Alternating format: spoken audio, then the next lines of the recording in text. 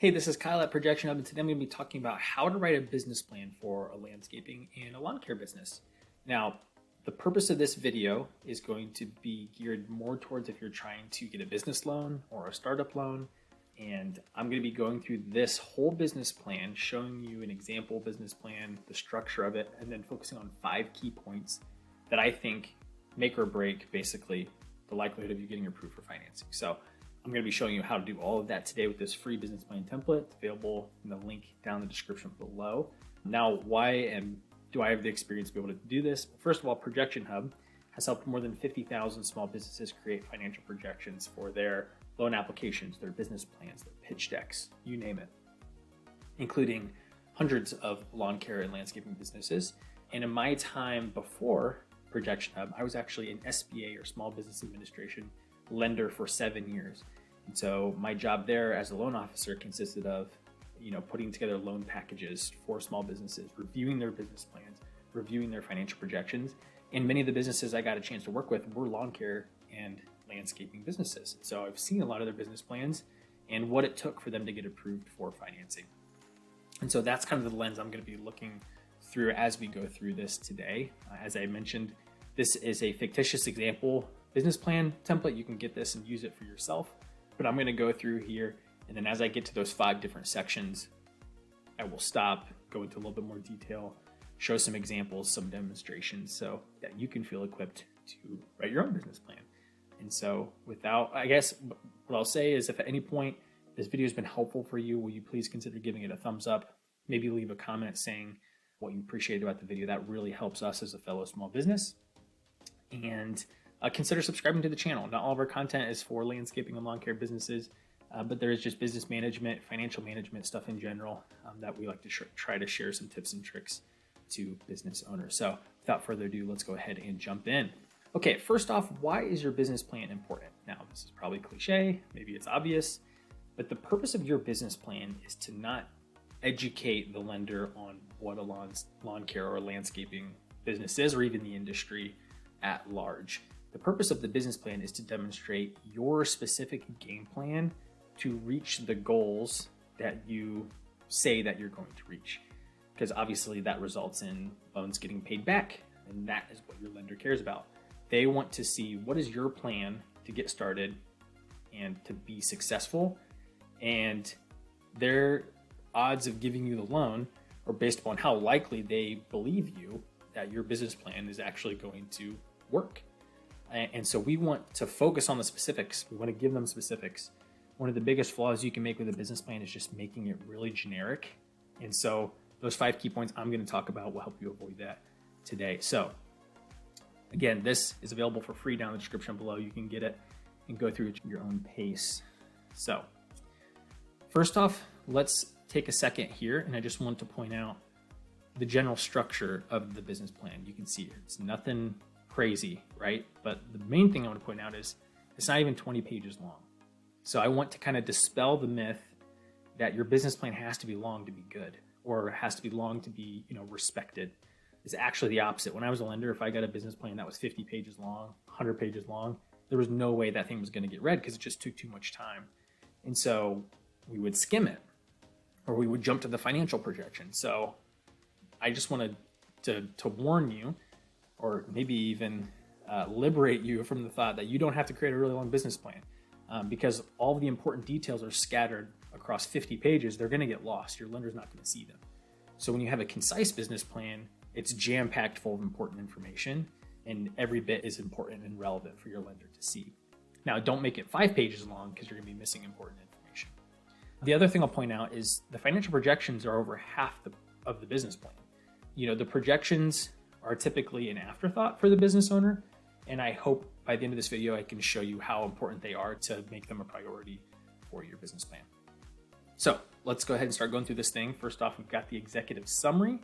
I want you to think about this as the 1-page cover letter to your resume if you're applying for a job. Now, the lender's not going to make a decision based off your executive summary, but this is going to kind of give them the introduction they need to know about your business plan. So who is the company? Who's starting the company? What are your goals initially? You may or may not need a mission statement in there.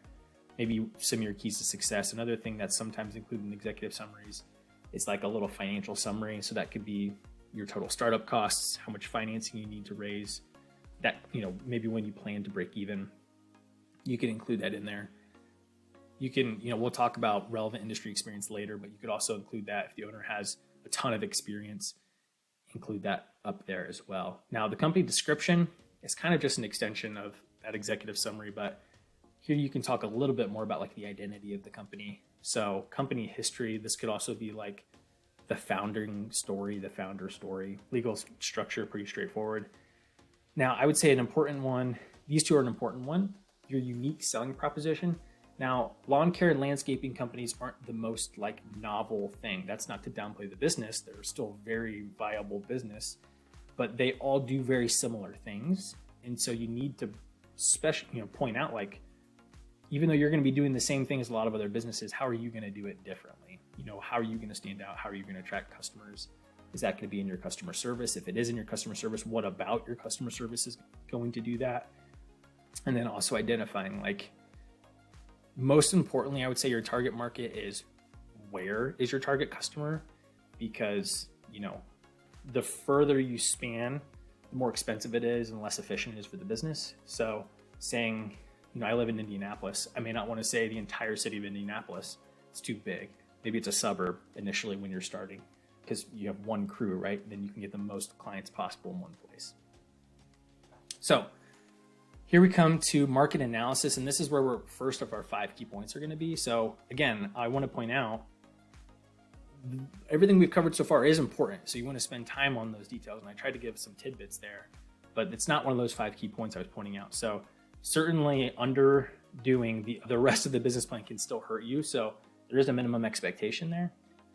But here in the market analysis, we don't need to talk about the market as a whole, nationally, and the trends and all of that stuff, but really like right where you're at, the area you're going to be operating, what's happening, what are the opportunities, what's the demand like, what's the competition like. And so industry overview, again, just give it a quick little summary, maybe the opportunities you think that are available. Competitor analysis, direct is going to be, list the companies that are doing exactly what you're going to do, exactly where you're going to be operating. You're going to be competing for them directly for business. So include them here, and then maybe include, we're not trying to talk bad about these businesses. This isn't a public document, but maybe mention, like, what do you think that they don't do well that's an opportunity for you? So for example, maybe your town has one dominant lawn care company, but they have really terrible Google reviews, right? Grab some of those, talk about that. Be like, they have a lot of the business in the area, but they take that for granted, and they have really terrible customer service, and people are frustrated with them. So if we can come in and do a really solid job, that should earn us a lot of extra business. That's a good way to include them. Indirect stores, our competitors, their examples here are like home improvement stores, nurseries.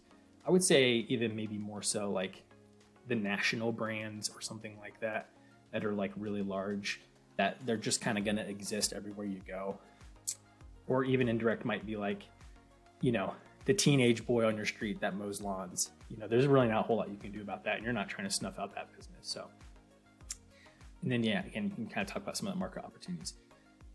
The main point I want to get to here is we want to avoid this mentality of we're going to build it and they will come, right? It's unacceptable to say we're starting a business and then people just assume that people are going to come and that there's room for us, in the market.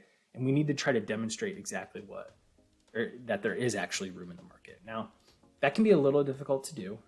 One way to do that is you could pay for a market research study. I wouldn't advise that, but if you have a large budget, that certainly wouldn't hurt to do that. What I would do is, one, competitor research, like I mentioned, right? If you can find there's a few strong competitors, but they definitely have some flaws, that's great to talk about. 2, keyword research. So this is a free tool, Google AdWords, the keyword planning tool. So you can make a free Google AdWords account, come to tools, up to keyword planner. And what this does is it allows you to see how often specific search phrases are being searched on Google in a specific area. So I have my location set to Indianapolis because that's where my fictitious business is going to operate. and I wanted to see how often are people searching lawn care near me, landscaping near me. This tool is going to do a few things for us. One, it's going to give us a whole bunch of related keywords, which is nice. Two, it's going to give us how often is that searched each month. Now, obviously, there's more than 600 people a month in the whole city of Indianapolis looking for lawn care services, so I'm less concerned about exactly what the volume is here. And what I'm most interested in is the trend data. So one, you can see here initially that obviously landscaping and lawn care services are very seasonal. So you can see the trend of those. They all peak in this kind of spring and summer. So right now, as I'm recording this, we're in the winter time. And so the 3-month change is seeing a decrease because we're coming off of the peak month. So that's not to say nobody wants, that is paying for lawn care services in Indianapolis. But this year-over-year change, I think, is most important. So this is going to say year-over-year, how much more did people search in those 12 months compared to each other? So that's going to kind of give us our best snapshot of the demand trend. So this method isn't going to show supply, right? So this doesn't give us any indication if there's too many landscaping companies or too many lawn care companies. You're going to have to kind of identify that based upon your understanding of your market, right? Who do you know are the competitors, right? If you know that there's 3 main competitors in your target area, you might know that, like, okay, I can deal with that because I can see that there's a year-over-year, there's a growing trend. So I can see here, year-over-year, 24% increase in lawn care near me, 24% increase in grass care, lawn care close to me. Those are all growing. So I think I have some indication that, like, each year there are customers up for grabs that are searching for a service. But there's also some negatives here, right? And sometimes that's just semantics. Maybe people just start searching different things each year. So I think that these are offsetting a little bit, but you can also see some down here. Yard mowing is up, mow lawn near me is up. So I think all in all, net, there's positive proof here. So include this research, grab some screenshots, write some things about it, talk about your competitors. That's great demonstration. That's much better than just having bullet points. You're saying, like, I actually have done some research. Look, like, I know my competitors aren't doing a great job, and there's an increase in people searching for our services each year. So I really think that there's room in the market for us. Hopefully that makes sense. Okay, moving along to marketing and sales strategy, and this will bring us to key point number 2. But first, at face value, there's a minimum level here, right? So outline your products and services. Of course, that makes sense. How your pricing is going to make sense, list that makes sense. But then you're probably going to say, we'll have a website. Maybe we'll post on social media. We'll send out emails. Maybe we'll run some Google ads. As a bonus point here, you can also see how competitive these keywords are on Google ads. That's all great. You should include that. You can talk about that as much as you'd like. But key point number 2 is one step further. And this is something called, we want to demonstrate that we've already demonstrated that this is, that there actually is a market, right? That's why we were doing those research tactics. Now we want to demonstrate that we're actually going to be able to get those customers in the door. And we need to do more than that than just by saying, like, we're going to have a website, we're going to run some ads. If we can demonstrate that we have some tangible momentum, tangible hustle, that means a lot to your business or to your lender. And so here's some examples on how to do that. I think I really like the third one the most here, right? So maybe you start offering lawn care services on the weekends or in the evenings or something on your own time, right? So maybe you do that as a side gig. You start people in your street, people in your neighborhood, friends and family, people you go to church with, people you see at the grocery. You just start picking up clients, right? So maybe you have a day job and you do that on the weekends and you start building a basis there. Then maybe that gets to the point where you're like, I don't have enough time or my capacity is maxed. I could do this thing full time. If you came to your lender and you said, like, hey, I want to open up a landscaping company. I'm already mowing 75 yards each month, but that's as much as I can do with the time I have. I would like to get a loan, a better mower, a truck, and a second person to help me. That's kind of music to a lender's ear, right? Because you already have traction. You're already doing the work. They can kind of they can inject capital and grow it a lot quicker, right? That's a whole lot different than you saying, hey, I want to quit my full-time job today and I want to start mowing lawns tomorrow, but I don't have any customers yet. Now, I'm not saying you can't do that, but you can see the difference between those two options. And so demonstrating that you have some traction, that you actually have customers, or maybe you've you're not mowing yards yet, but maybe you've collected the names and emails of 100 people you know that said like, yeah, if you started this business, I would definitely pay you to mow my yard. That's great too. The second best thing from customers is names, is interested people, right? So include that information in your business plan. Your lender will like to see that. Okay, operations and management to keep this moving along. Again, talk about how you're just going to run the business, the systems you're going to use, technology that you're going to use. Are you going to have one crew? Are you going to have more than one crew? Who's going to be answering the phone? Like, you need to mention all of those details here, but the key point that I want you to take away from this is you need to demonstrate relevant industry experience. Okay, so you need to make sure that your lender knows that you know what you're getting yourself into, and that you know what you're doing, basically. And so if you have that experience personally, include that. Talk about your experience that's relevant. Maybe that's landscaping specifically. Okay, so I think there's a few different skills you need to demonstrate. One, that you know how to do the tasks at hand. And two, any management business or sales business experience. All of those things are really helpful. So don't downplay any skills that you have. There's more than just being good at mowing lawns to be good at a lawn care business. You know, there's customer relationships, there's sales, there's managing the business, there's hiring, there's lots of different things. And so if there's any segments of that you feel like you don't have the experience necessary there, then you need to try to supplement that. If that's a partner, if that's a key employee, if that's just somebody else that can fill a gap that you can't, that's going to help prevent your lender from poking holes in the business, right? You don't want to give them a reason to not believe that you can do what your business plan says it can. And if you don't, if you do have an obvious gap, they might poke holes in that, and then they might push back on that. So that's the thing to keep in mind. All right, moving along to the big one here, financial projections. And so you can see here, we've got our startup costs outlined. We've got, these are the assets we need to purchase. That's a good $70,000 worth of mowers, trucks, trailers, computer. And then we've got our first month of expenses, which is a little bit higher because maybe those aren't required. We've got some legal expenses to get the business set up. So, we're thinking $75,000 to $100,000 in startup costs. And then we've got an outline of our next 5 years. This is starting in 2022, but we've got our top line revenue.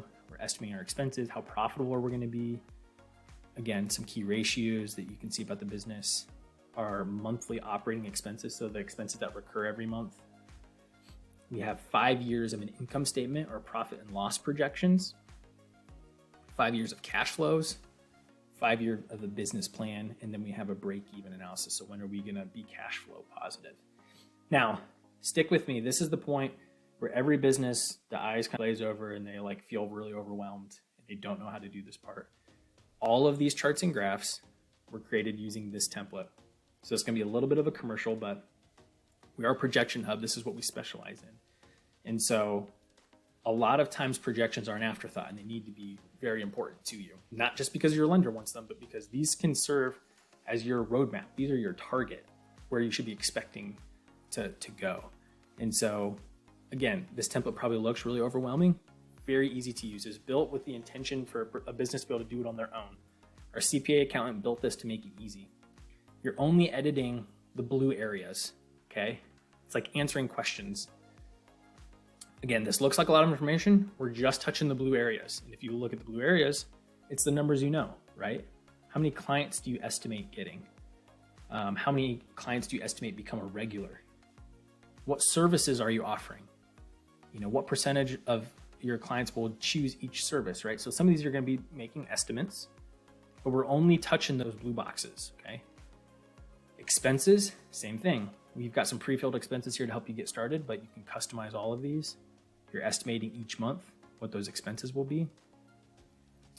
And then you have any salaried employees. You're going to have them included in here. And then the template is going to create all of the projections for you. Exactly what your lender needs. And the beauty of it is, if you make any changes, they all automatically change. So we were all lenders. We built this because we know it's what a lender wants. Also, if you get this template, you get free support. So we'll answer any questions you have. And two, when you're done, we'll give you a complimentary review. We'll review your projections. We'll record a video like this and kind of give you some feedback and some helpful pointers. And so it can be a very helpful tool to solve a pain point in this step of the process. So I encourage you to do it. If you stick around to the end of the video, I'll give you a promo code to get a discount on that template. And so having projections is not key point number 4. You have to have projections. That's kind of a minimum requirement again. Key point number 4 is making sure that they are realistic and within industry kind of ranges or expectations. Now, you might be wondering, well, how am I supposed to know what that's going to be? And I'm just going to say, Google it. It's the easiest way to do it, right? So let me give you an example. You can Google it. You can also use a tool like ChatGPT or an AI bot if you're familiar with those at all. So let me give you an example. I just asked ChatGPT, what are some typical or average ranges for a lot of these key financial metrics? Okay, so it gave me some feedback here. Move my notes out of the way. Gross profit margin, okay? 30 to 50% for a healthy business. I'm gonna go back to my projections and I've got a gross profit margin right here. 40%, 42%, 42%, 42%, 42%. So I'm right in that range, 30 to 50% of gross profit margin. That's great.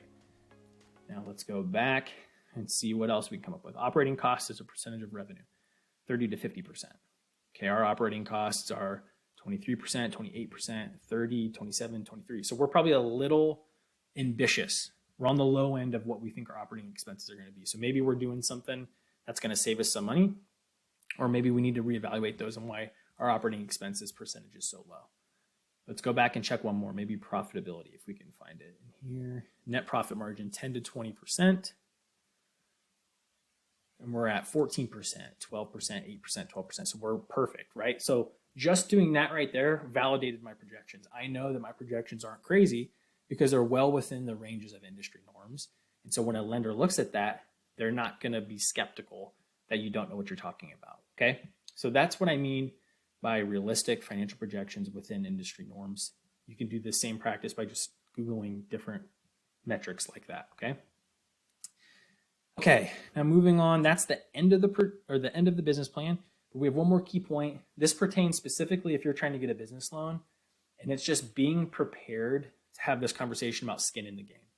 So when you're getting a loan, when I was a lender all the time, people would come to me and say they received the advice to keep personal and business separate, which is great advice for bank accounts, bookkeeping, that kind of stuff. It's very unrealistic advice when it comes to getting a loan. You will be on the hook for the loan personally in more ways than one. You're going to be required to contribute, So I mentioned we might have $75,000 to $100,000 in startup costs. The bank's not going to give you 100% of that, right? They might expect a 10 or 20% investment from you. Right? So you might need to come up with 10 or 20 grand or borrow it from someone else. You're going to sign a personal guarantee. So if you default on the business loan, you're still going to be required to pay that back personally over time.